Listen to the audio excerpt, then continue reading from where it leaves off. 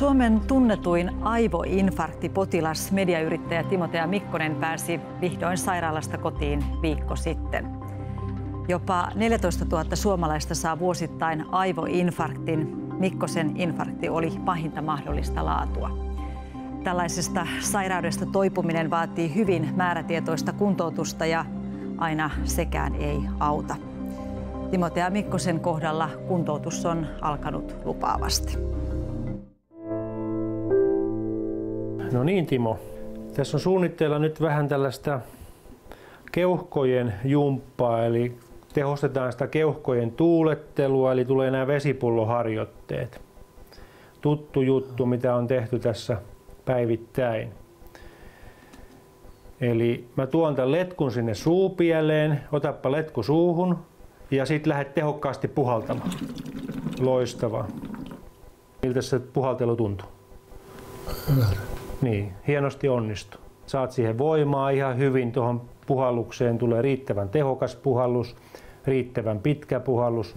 Sillä taataan se, että keuhkot tuulettuu mahdollisimman tehokkaasti. Timotea Mikkonen sai lokakuun 1. päivä kallonpohjavaltimotukoksen ja sen myötä useita aivoinfarkteja. Kallonpohjavaltimotukosta voi kutsua myös neurologiseksi hätätilanteeksi, jonka ennusteet ovat hyvin synkät. Tammikuussa 3 kuukautta kohtauksen jälkeen Mikkonen jaksaa kuitenkin jo istua tunnin pätkiä. Oikea ja vasen. Todella hienosti jaksoit takaisin. Mikkosen vointi on 3 sairaskuukauden aikana heitellyt suuresti, mikä on näin vakavan infarktin saaneelle potilaalle tyypillistä. Välillä toipumisessa on menty suurestikin takapakkia kriittiseen tilaan asti. Sokeudesta ja lähimuistin osittaisesta menetyksestä huolimatta Timotea Mikkonen on kuntoutunut selkeästi keskivertoa paremmin, sillä suurin osa saman diagnoosin saaneista potilaista menehtyy. Kuule, Timo, jaksatko, jos minä ajaisin sinun parran? Joo. Sopiiko, että jaksat kuitenkin sen, että mä tässä touhuun sen kanssa? Joo. Hyvä. Jos tuntuu siltä, että alkaa liian väsyttää, että haluaisit jo ruveta nukkumaan, niin sit sanot vaan. Mä ajan sen mielelläni, koska tuolla sairaalan koneella, kun sitä juurrutetaan, niin se ei ole kyllä sama kuin ajaa tuolla höylällä. Aivoinfarkti ei kosketa ainoastaan potilasta, vaan vaikuttaa koko lähipiiriin. Esimerkiksi masennus on potilailla hyvin yleistä ja sitä on monesti äärimmäisen hankala havaita. Myös Mikkosen perheessä toivutaan vielä kohtalokkaasta päivästä, josta kaikki alkoi.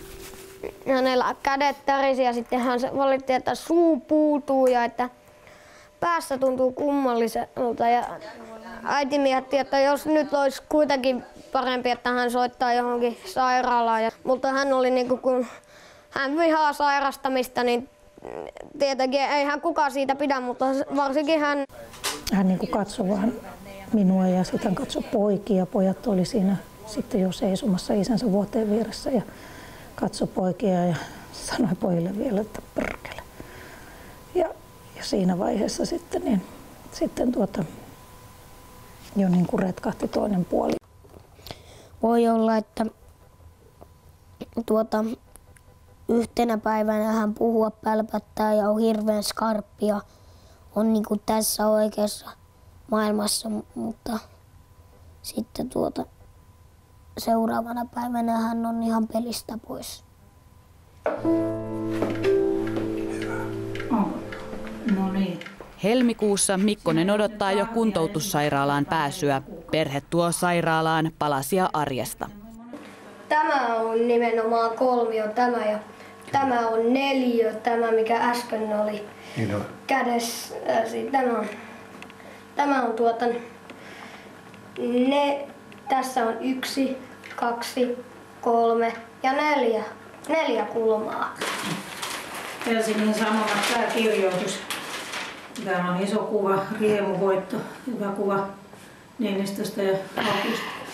Kokoomuksen Sauli Väinämö Niinistö 63 valittiin Suomen tasavallan 12 presidentiksi. Vieläpä historia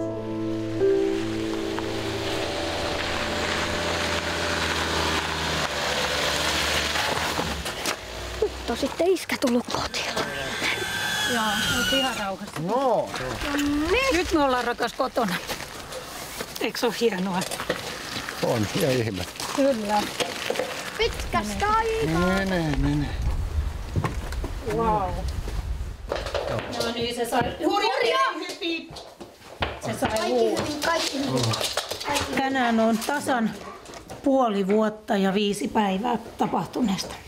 Siitä kun sinä sait kallonpohjavaltimotukoksen Niin. ja sen seurauksena useita aivoinfarkteja. Ei ihanaa olla kotona.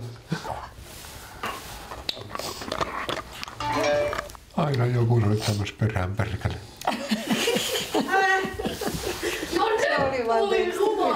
No oli syytäkin. Herkän hetken pilas. No toisaalta eipähän mene liian vakavaksi, eikö niin? Pääsiäisen aikaan kunto on jo kohentunut huomattavasti, mutta ensimmäinen kotiloma näyttää myös, kuinka uusi ja outo tilanne perheenjäsenen sairaus on koko perheelle. Kun mä oon onnellinen, niin mä laulan. Mitä lauluja lauletaan? Nyt lopetat näin. No miksei saa laulaa? No kun hän on hölöttää. No anna nyt toisen kuule hölöttää. Hän on niin iloinen siitä, kun sinä oot tullut kotiin. Sovitaan näin. Niin. Ei kannata ottaa sellaista asennetta, ettei saa laulaa. Kato, ei Matias tarkoittanut mitään pahaa. Ei. Matias on kato kulta iloinen siitä, kun sinä tulet kotiin.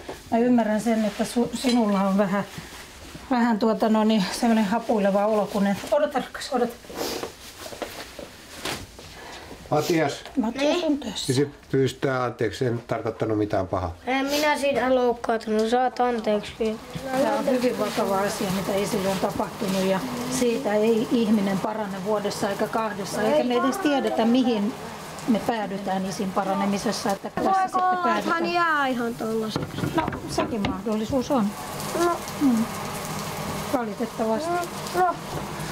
Mutta sitä ei se nyt toinenkin pysty mahdollisuus on, että jos me kuitenkin sanomaan. tartuttaisiin siihen. Kyllä mä uskon, että hänestä nyt ihan järjellinen saadaan.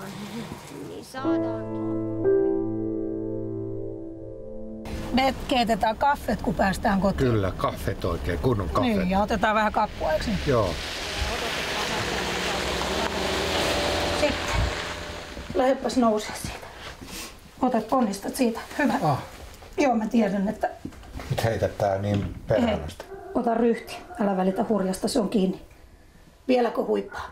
Kyllä mä pystyn nyt kävelemään sun. Pystytkö? Joo. Vielä. Eteenpäin.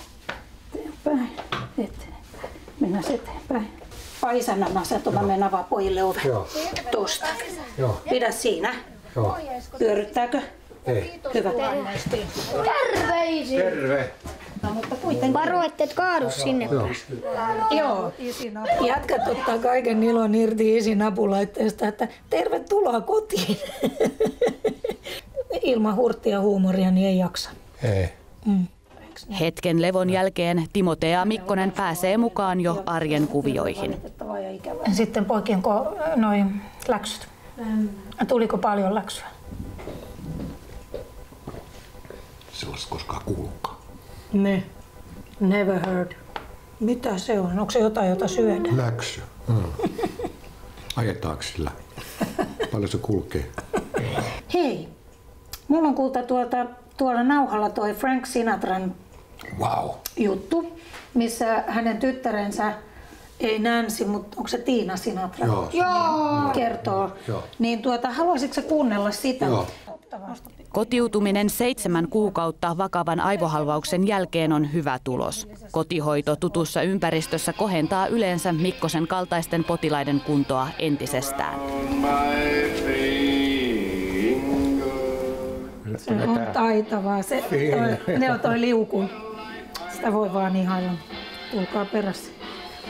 Toipuminen on rankkaa koko perheelle, mutta miksi Mikkosten jo ennestäänkin mediasta tuttu perhe avasi tälläkin kertaa kuvausryhmälle oven arkeensa? Sen takia, että se on osa sitä ihmistä ja inhimillisyyttä, mitä me olemme. Kummatkin. Se on. Emme ole vain kiiltokuvia, vaan ihmisiä.